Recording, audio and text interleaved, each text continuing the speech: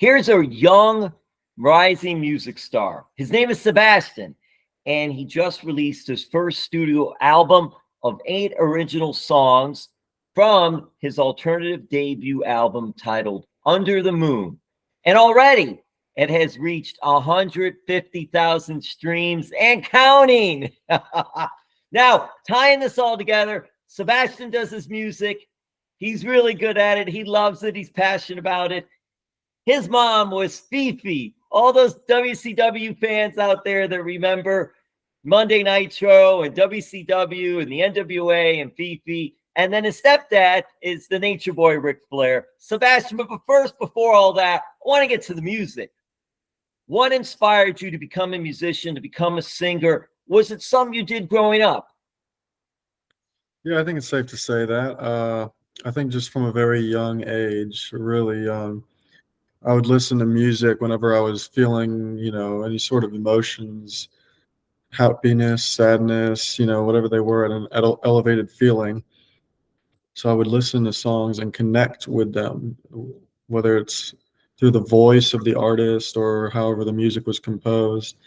And so I just noticed the powerful effect that it had on me at such a young age. And I was like, there's something to this. So I knew pretty early on that I wanted to get involved with music very soon.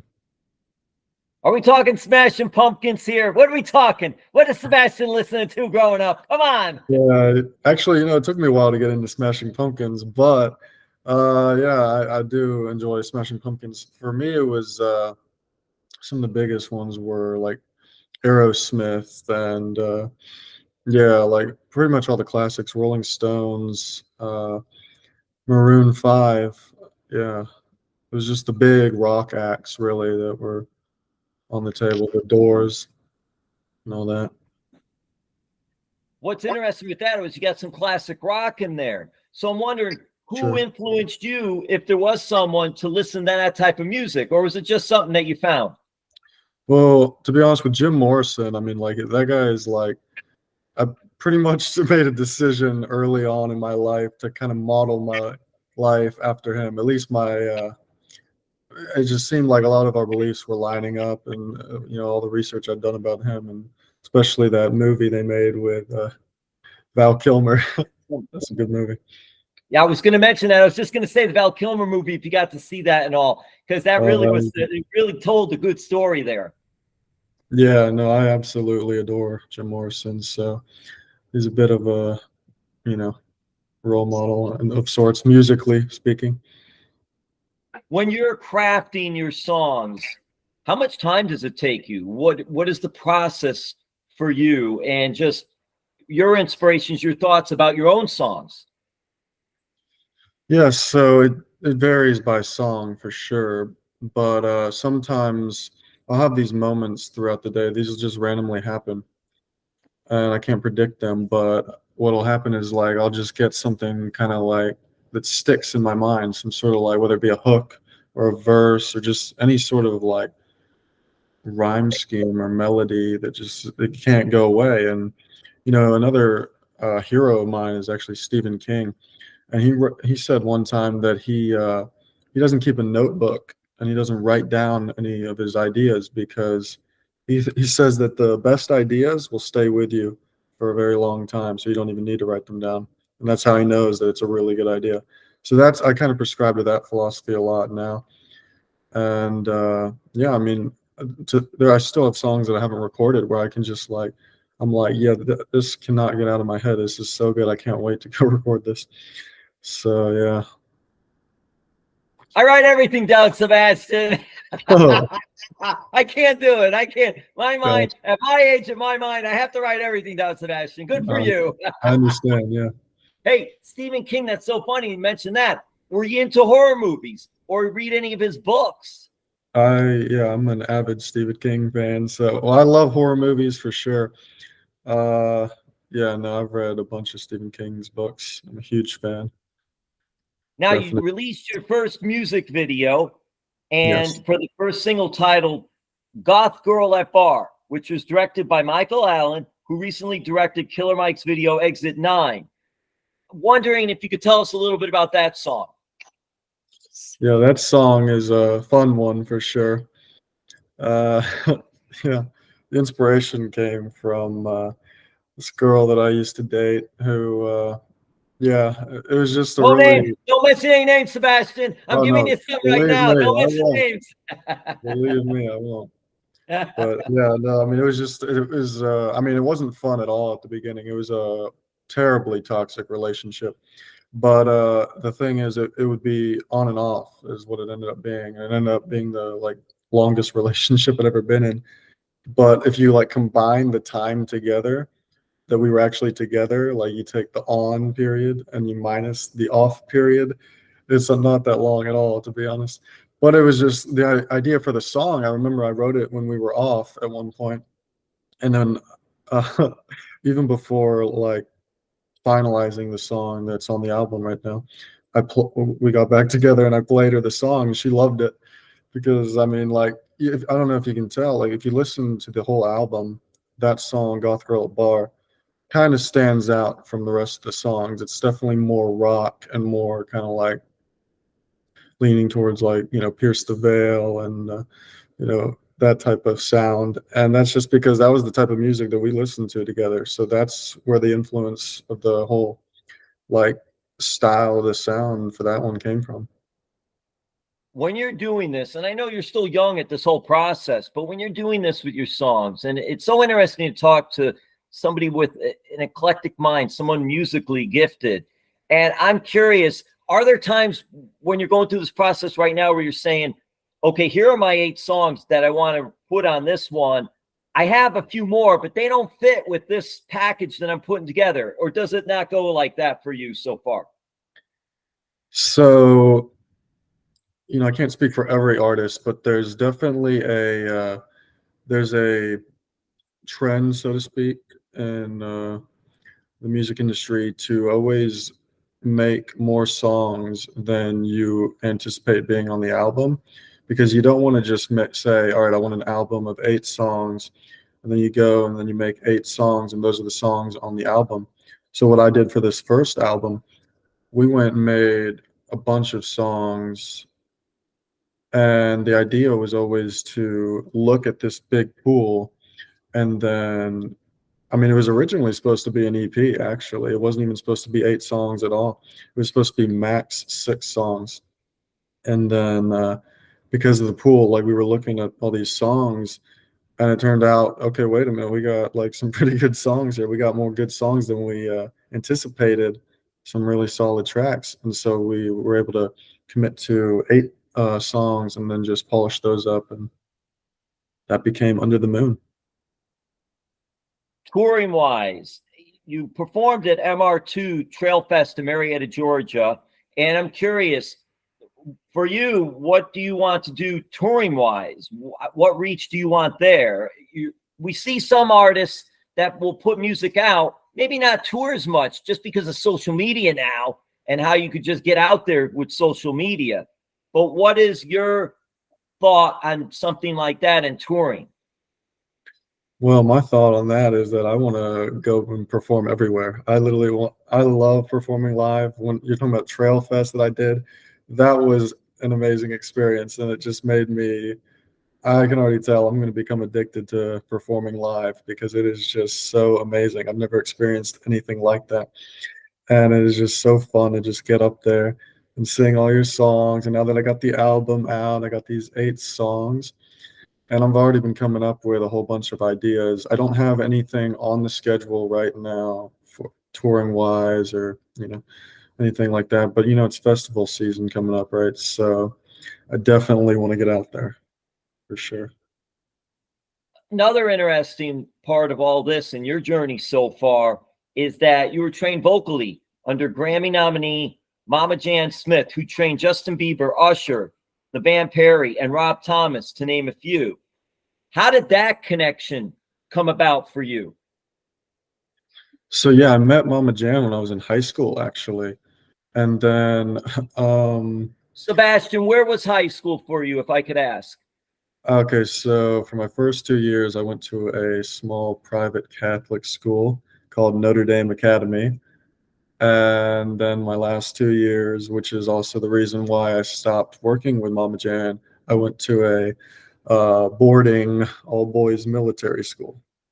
And that was very unfun, but I had to take time off of singing and any sort of music really whatsoever. I just had to just go 100% all in on school, which is like, that's neither here nor there, but thankfully I found my way back to the music now.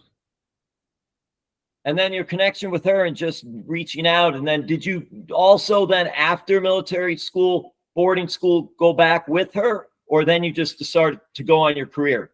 So I haven't worked with her since then, but we've always kept in touch, and she's just a wonderful lady, and I have a lot of respect for her, and I owe definitely a lot of she taught me so much like back then that I literally have like I still have a card that she gave me. She like wrote these like special like warm ups and this kind of like chart on there that is just like I literally keep that on me at all times. Like it is just yeah, she really built the foundation for my voice. What is all of this like for you? Because it seems like right now you're living your dream. So what is this whole process been like? And just so much more ahead of you. Yeah, the future looks very exciting for sure. No, I mean I think it's safe to say, yeah, this is definitely my dream coming true right now. Yeah, as a little boy, I didn't expect to get here so soon as well. Like it's really fun to just yeah, that's what I got to do sometimes. I just got to like remind myself, here we are. Like this is it. This is happening now. It's like let's live in the moment. So I kind of have just been going like that, just kind of like chilling, taking it all in. But yeah, no, this is so fun for me. Was pro wrestling ever plan B or C for you or no? Oh no, no, not wrestling. No, there was a while there. I played. Let's see, what was it? I guess sophomore year. I was playing football. I played football, believe it or not. So like, I actually worked with Rick a lot. Like I would work out, and he'd tell me because I'm a skinny guy. And that's why football was never in my career path for sure. But he'd always tell me I got to eat more. That was the big thing. That is so funny. He is such a huge football fan too. Pro Yeah, and college. You see him everywhere. And all these absolutely. pro football players love him. Everyone loves him. Everyone loves to do the woo and all. So it's just a big thing. I'm curious. We'll talk a little bit about wrestling because I really want to talk about that too, of course. And I'm just curious what it was like for you when you found out that your mom was in pro wrestling. She was Fifi. And did you watch any clips of her? Yeah, I did actually. She used to play back when we had like a computer room at the house. She used to bring us all in there and play us clips from her, her golden days on WCW. She was on Flair for the Gold, right? So I remember all of those clips she'd play for us and all this stuff. But also, like I think I remember we got like this VHS one time back when, my TV used to play VHSs, but it was like a bunch of these.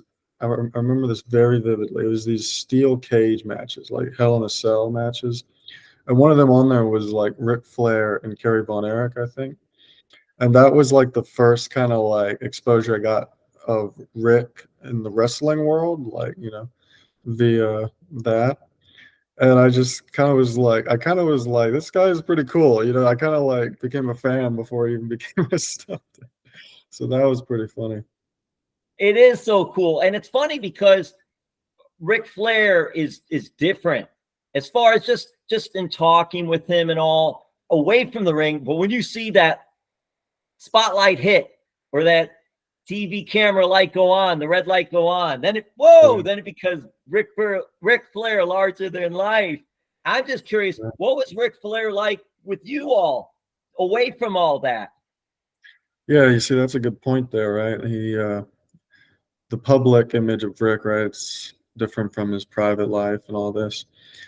So, I mean, yeah, no, as my stepfather, is very supportive, and he came in when I was like at a very young age, and so I've known him for a very long time. And he is a lot of the things that you see in like his personality, like the character of Ric Flair. A lot of that is him. Like he's always looking to style and profile and all that, things like that. But at the same time, he's also he's got his like more humble side. He's a lot more down to earth sometimes. Is he or mom into music? And what music do they like? And did any of their music inspire Sebastian? Well, you know what? Thank God for Offset's Ric Flair drip, because for the longest time, Rick would always listen to like Solid Gold oldies, and that was like couldn't do that. No, that was not it. But after Ric Flair drip, he definitely modernized his music taste. So that's good. Did you ever go to any pro wrestling matches live? Yeah, I went to a bunch of those when I was a kid, but personally, I just I didn't really like. I wasn't the biggest wrestling fan. It just wasn't exactly my thing. But I think more so that had to do with the fact that Rick was, my family now, and it was kind of like a lot of that kind of gets like the mystique of it kind of gets dumbed down. So it kind of just became more like an extended family, meeting all these people, at these wrestling gigs and all this stuff. So I never really saw it as entertainment, more so just kind of like hanging out, going to, like, what's that? Just going to visit your stepdad at work or something. It's amazing because Sebastian, you're in entertainment. He was in entertainment. Your mom was in entertainment. And I'm wondering, do you, even though it's a different type of entertainment, do you learn from them too in what you're doing and how you're going forward with it? I think so, for sure. Yeah. Because if you're talking about like just the aspect of getting a lot of attention, I'm obviously receiving a lot of attention right now for my music. And so how to deal with that and how to, behave with that, because, there are some like pressures that come with that and all this stuff. I think Rick's done a good job of kind of setting an example, in that regard. And, he doesn't have anything to do with music. So I think, And but that's also, honestly, it doesn't even have to do with being a celebrity. I think if you do anything, good, or if you put out anything good in this world and you receive recognition for it, if people start talking about you, number one, that's a great thing, that if people are going to like talk about you in any regard. And then number two, like, with that said, there are always going to be people who disagree with the people that are praising you. And there's always going to be people who, for whatever reason, whether it be jealousy or personal grudges or whatever it is, I don't know, they just can't or seem just to get people happy. trying to get reaction on something and they don't Yeah, even sure. not mean it so much, but they want to get some type of reaction. It's just crazy. Yeah, but honestly, I see that as another, extension of, you know, success in a way, because it's like the fact that you even have haters means you're doing something right.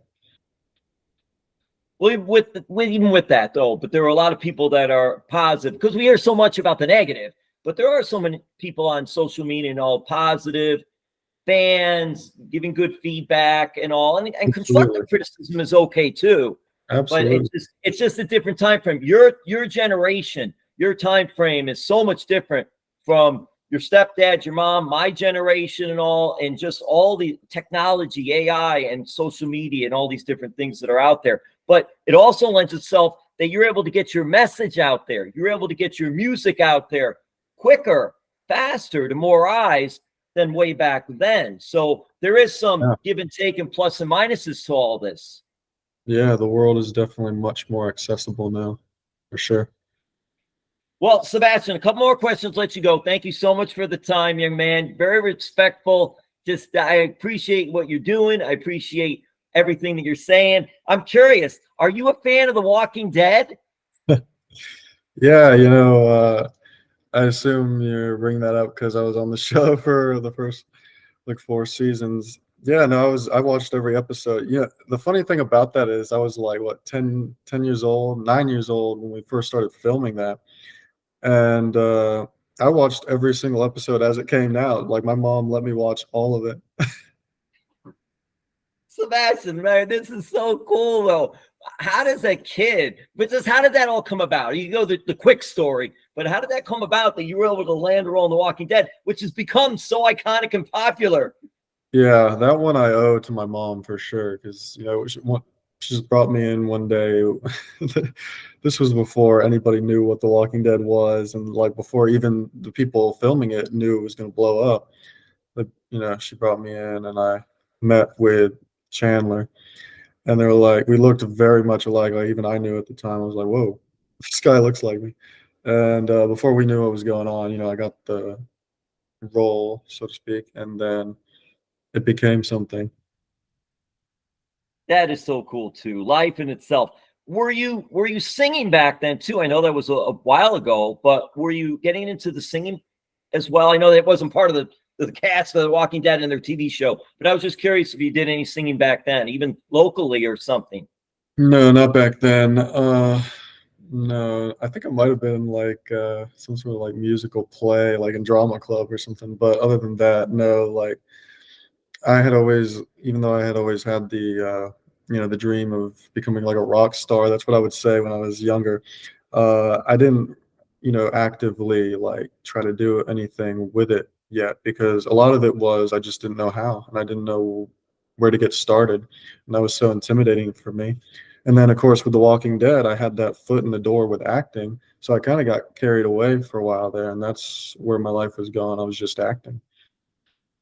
Do you get people that will ask you about The Walking Dead and All just, the time. yeah, sure, I'm sure, and I don't know if you have, because your stepdad has been doing or has done a lot of the Comic Cons and different Yes. things like that. And I'm curious because Walking Dead, they do a lot of Comic Con stuff. Oh, yeah. I didn't know if you got asked to do any yet or involved in any. Not yet, no, but that would be fun. I never really thought of that. If somebody asked me to do a Comic-Con, that would be fun. It's so cool because even like down here in South Florida and in Central Florida, it's a whole big deal, and they'll have music at the Comic Cons as well. It Mm. might be something too, not only doing that, but parlaying it into one where you could perform at the Comic Con, but also have a booth, Walking Dead, and be a part of that. Just an idea. I'm just throwing ideas. I always have ideas. I'm throwing things Yeah, out. You don't no. have to do anything. Do whatever you want. Yeah, I'd love to perform at a Comic-Con. Honestly, I'll perform anywhere. Screw it. All right, Sebastian, I'll let you go. Listen, tell everybody, I'm going to include it, but tell everybody your social media, where they can listen to you, anything social media wise that you want to get out there for everybody. Okay, yeah. So the album is streaming everywhere. So it's on Apple Music, Spotify, and all that. It's on YouTube, and so is the music video for Goth Girl at Bar. And my Instagram and TikTok is Sebastian on the mic, and then my Twitter is Sebastian on mic. Sebastian on the mic. That is so cool. I like that. You came up with that one. Good for you and all. I got to ask this as we wrap this up. Sebastian, can you woo? Oh, you're gonna put me on the spot? I mean, No, I'm not going to put you on the spot. You don't have okay, to good, woo. because yeah, I'm I asking don't you if woo. you can woo. No, I can't woo. I leave that to Rick. Nah, Rick is Isn't the woo specialist for sure. I thought about getting Rick on a track to do a woo, to be honest. Yes, yes. That's what I'm saying. He has to be on the track doing that. It's funny because so many people, so many celebrities, athletes, they're all popping up all over through the years doing woo. Everyone does woo. That's why I'm Yeah, not doing it. I can't do it with this voice. exactly. Yeah. Sebastian, thank you so much for the time. All the best. Thank you so much for having me.